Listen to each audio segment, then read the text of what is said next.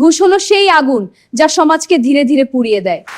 আজ তুমি ঘুষ নিলে শুধু টাকা বাড়ে না, মানুষের বিশ্বাস কমে যায়।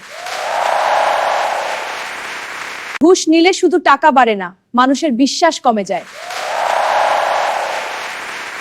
আজ তুমি ঘুষ নিলে আগামীকাল ন্যায়ের বিচার হারাবে। ঘুষ বন্ধ করো, নিজেকে আর দেশকে বাঁচাও। ঘুষ নেওয়া যেমন তেমনি অপরাধ। যেখানে ঘুষ চলে সেখানে ন্যায় বিচার মোড়ে। সৎ পথে আয় কম হতে পারে কিন্তু সম্মান সবসময় বেশি থাকে। ঘুষ শুধু টাকা নয়, এটা ন্যায়ের গলায় ফাঁস। যেখানে ঘুষ চলে সেখানে ন্যায় বিচার হারিয়ে যায়। ঘুষ খাওয়া মানে নিজের বিবেক বিক্রি করা। ঘুষের টাকায় সুখ আসে না, আসে অভিশাপ।